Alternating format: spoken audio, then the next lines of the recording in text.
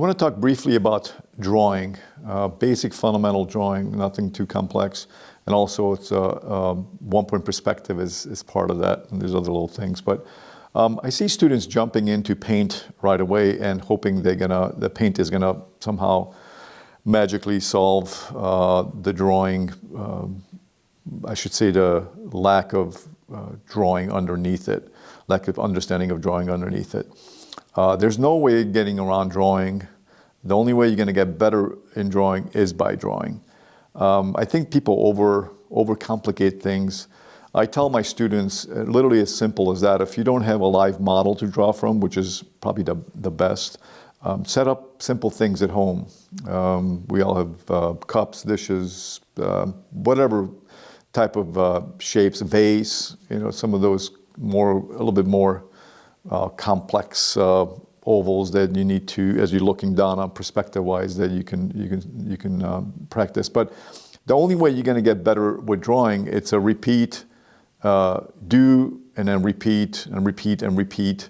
Not necessarily the same thing. If you want, you can. What I'm saying is that you're not going to get a grade out of the box first. There's going to be mistakes. But with work and time, you will see improvements. Some of the basic fundamental things I see is the way, let's say, a river lays down is the way the camera looks at it, it compresses things. It doesn't give you the actual correct foreshortening and going back in perspective in space. It just doesn't. You have to kind of stand there by the river and start drawing it. Forget about paint. All right. Generally, you want to get it flatter. The way people draw it is looking down a lot of times, not flattened out like this. I mean, it depends. You could be standing on something, but generally, eye level is more like this. If you're looking at the river, not like this. If you can imagine that. As far as figures go, it's sort of a byproduct of even if just drawing from simple shapes at home, simple things, you'll get better with measuring. That's what you need to get better is measuring. Measuring becomes secondary then, and then once it transfers into figure, it'll transfer over to figure 2. Now, with figure, you have to be extremely accurate because if you're off by a little, you're off by a lot. And one thing follows the other. So for me to sometimes go in there and correct a drawing, I correct one part, let's say the distance from the space of the eye, and then I got to correct the distance from the nose to lip and so forth and so on. So it cascades down. And the same thing happens in landscape painting too. One thing leads to another. I correct this, then I got to correct that because of values a lot of times in color and so forth and so on. But we'll just stick with drawing. The reason I say figure if you can, because it's probably the most complex thing to draw. Now, four-legged animals is a tough one too. That's a good practice too. If you can't get a figure, a horse would be phenomenal. If you can find some horse or horses and draw from life from that, that's phenomenal. That's a great practice too.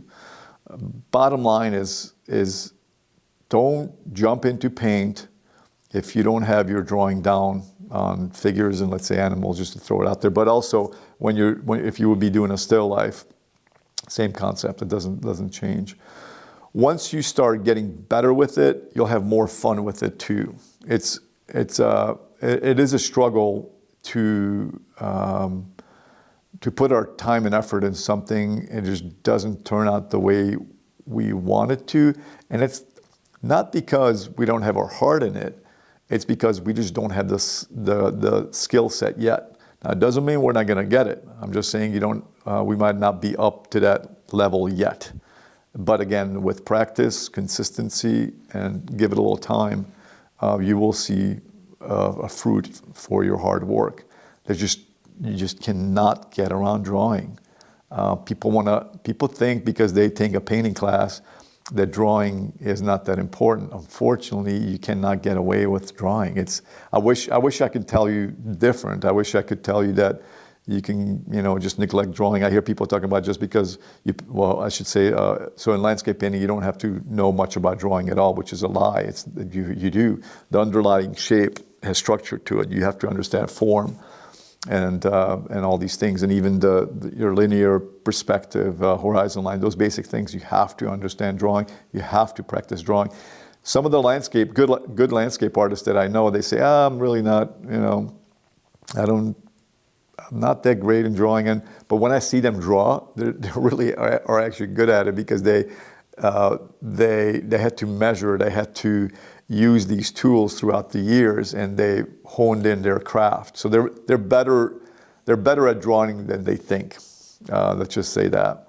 But just getting back to if you're still struggling with drawing, is you have to draw.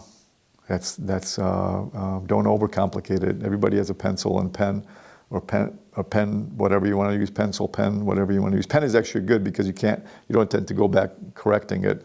Don't get into shading too much at all. Try to get proportion down, get the angle, just the line drawing down.